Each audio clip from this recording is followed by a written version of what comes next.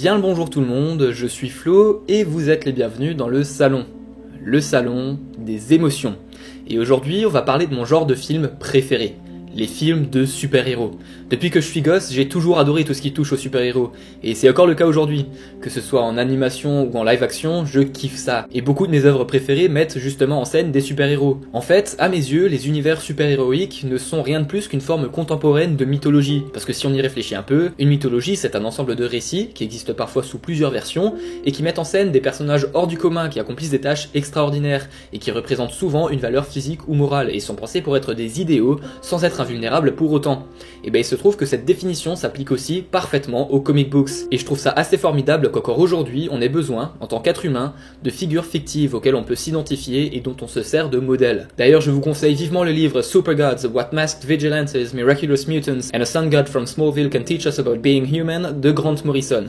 Ça parle de notre lien aux comic books et aux super-héros de manière générale, et c'est vraiment super intéressant. D'ailleurs Grant Morrison est considéré par beaucoup comme l'un des auteurs de comics les plus influents de ces dernières années, donc il est assez bien placé pour parler du sujet. Mais j'ai assez digressé comme ça, le film dont on va parler aujourd'hui est très probablement mon film de super-héros préféré. Il s'agit de Man of Steel, réalisé par Zack Snyder et sorti en 2013. Alors j'en vois déjà certains d'entre vous se ruer sur leur clavier pour commenter que « Oh là là, DC c'est de la merde MDR !» Et je vous demande de vous arrêter.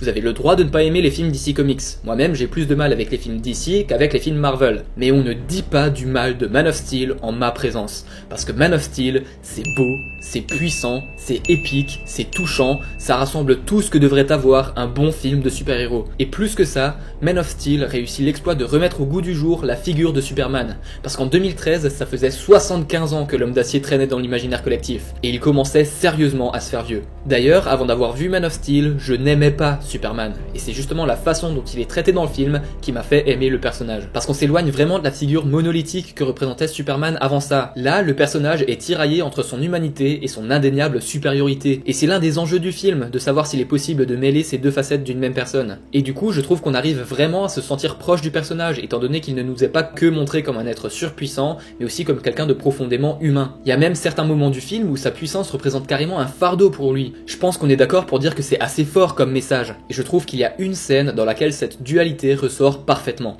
C'est la scène du premier vol de Superman. Vous trouverez dans la description un lien pour la regarder, étant donné qu'elle est disponible en intégralité sur YouTube.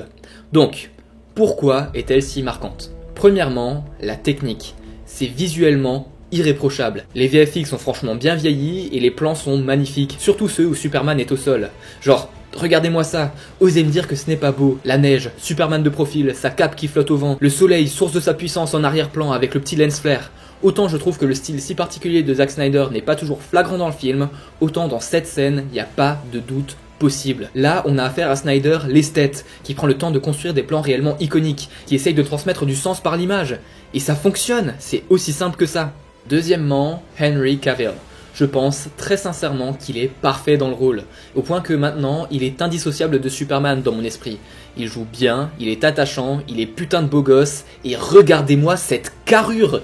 Il est massif, exactement comme devrait l'être Superman. De toutes les incarnations du personnage en live action, c'est de loin celui qui colle le mieux en termes de musculature. Entre Christopher Reeves qui nage dans son costume et Brandon Routh et Tyler Hoechlin pour lesquels il y a clairement un truc qui cloche même si j'arrive pas à mettre le doigt dessus, y a pas photo. Et pour ce qui est de son jeu, il navigue très bien entre le côté solennel du début de la scène et la joie pure. Sérieux, le sourire qu'affiche Superman lorsqu'il parvient enfin à s'envoler est communicatif. Et je trouve que ce sourire est bien représentatif du contraste entre les deux facettes du personnage. Oui, on voit un homme user de ses capacités extraordinaires pour littéralement défier la gravité et s'envoler. Mais on voit aussi un homme qui savoure cet instant, qui en profite comme un gamin auquel on aurait offert le jouet dont il rêvait depuis des années, qui a une réaction tout à fait humaine. Et à mes yeux, la seule ombre au tableau, c'est ça. Sans déconner, c'était vraiment pas possible de lui raser le torse. C'est sa première scène dans le costume de Superman. C'est vraiment dommage qu'on ait la forêt amazonienne qui dépasse du col. Cela dit, je dois avouer que ça me fait un peu chier de devoir dire autant de bien de lui, parce que j'ai vu ses déclarations sur mouvement MeToo en juillet dernier, et il s'avère que... c'est un con. Enfin, c'est qu'une déception parmi tant d'autres ces derniers mois. Troisièmement, la fonction de la scène. Ou plutôt devrais-je dire, les fonctions de la scène. Et oui, parce que cette séquence a plusieurs utilités. C'est tout d'abord une scène d'exposition. On a la voix de Jor-El qui nous explique l'origine des pouvoirs de Superman. D'ailleurs, cette exposition se fait aussi par le biais de l'image. Regardez, ça commence par Superman qui sort du vaisseau kryptonien dans un halo de lumière blanche. Évidemment, ça renvoie à ses origines extraterrestres, vous avez tous déjà vu une représentation d'aliens qui débarquent sur Terre d'une manière similaire. Mais en plus de ça, vu que le vaisseau est blanchâtre et présente un design très sobre et épuré, il y a sûrement une volonté de faire un parallèle biblique, de donner l'impression que Superman descend du paradis. Après ça, on a Kal-El qui demande pourquoi il est si différent des humains.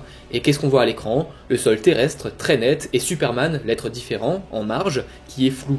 Ensuite, Jor-El explique que notre soleil est plus jeune que celui qui illuminait Krypton, et on nous montre le soleil au ras du sol en train de se lever comme s'il venait de naître. Puis il parle de la gravité de la Terre qui est plus faible que celle de Krypton. On a alors un mouvement de caméra vers le bas qui mime l'attraction terrestre. Alors certes, c'est des trucs tout cons, mais ça rend vraiment l'exposition plus vivante et plus intéressante à regarder. Mais plus qu'une simple séquence d'exposition, cette scène joue un rôle clé dans le film. Elle participe à l'iconisation de cette incarnation de Superman. C'est la première fois qu'on le voit dans le costume. Du coup, cette scène va être déterminante pour notre perception du personnage dans tout le reste du film.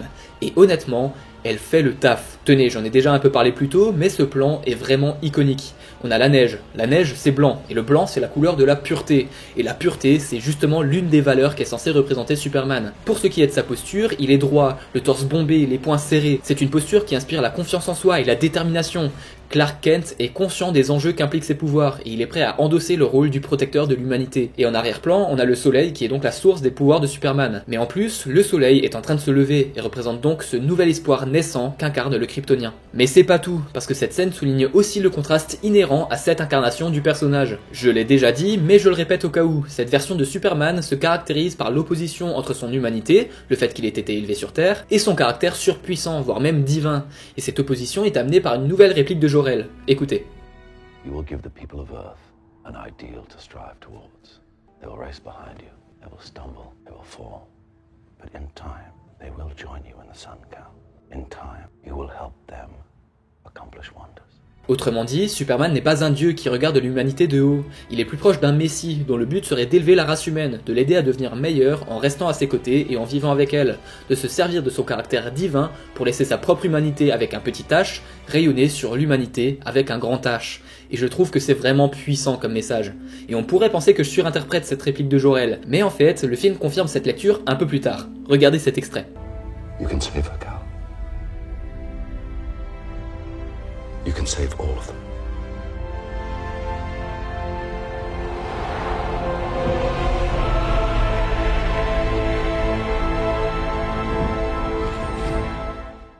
Là, entre la position de Superman et la musique qui a un caractère très biblique, on est clairement face à une référence au christianisme. Il y a une volonté de faire du personnage une figure christique moderne, et la figure de Jésus-Christ se caractérise justement par le contraste entre son humanité et ses propriétés divines, tout comme cette incarnation de Superman. Et ce parallèle est même poussé dans Batman v Superman, puisque malgré le fait que tout le monde passe son temps à cracher à la gueule de l'homme d'acier tout au long du film, il se sacrifie pour sauver les habitants de Metropolis, pour mieux revenir à la vie dans Justice League. Sérieusement, ça vous rappelle pas quelqu'un ? Quatrièmement, la musique. Alors ça risque d'être un peu compliqué, parce que le problème c'est que j'ai littéralement aucune notion en théorie musicale. Du coup ça va être chaud de vous décrire clairement ce que j'ai en tête, mais je vais faire de mon mieux. Et si ça se trouve, ce que je vais dire est complètement à côté de la plaque, mais je vais parler de mon ressenti personnel. C'est tout à fait possible que vous ne vous retrouviez pas dans ce que je vais dire. En tout cas, une chose est sûre, le morceau qui accompagne cette scène est une vraie merveille. On commence par nous évoquer le thème de Superman. En fait, le début du morceau est quasiment identique à celui qui conclut le film. On monte en intensité jusqu'à entendre une guitare électrique. Guitare électrique qui, je pense, représente Superman. En effet, c'est la première fois depuis le début du film qu'on entend cet instrument. Il me semble. Je vous avouerai que j'ai eu la flemme de me retaper tout le film pour vérifier ça.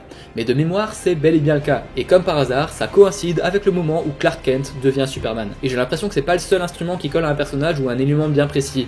Par exemple, j'ai l'impression que le personnage de Zod est représenté par les cuivres. Et les percussions, quant à elles, renverraient à la puissance des Kryptoniens.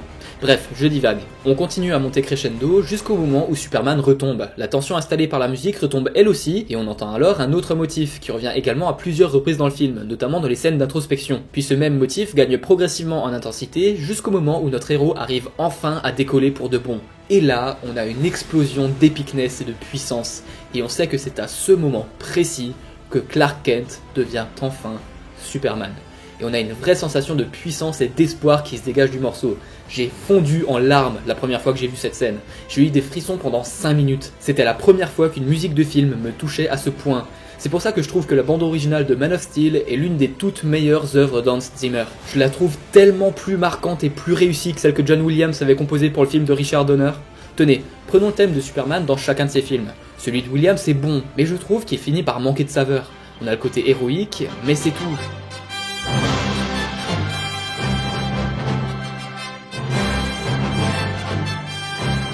Alors que dans celui de Zimmer, on retrouve bien évidemment ce côté héroïque, mais aussi une vraie puissance et une lueur d'espoir qui colle parfaitement à l'icône qu'est Superman. Bref, c'est pour toutes ces raisons que je trouve cette scène absolument brillante.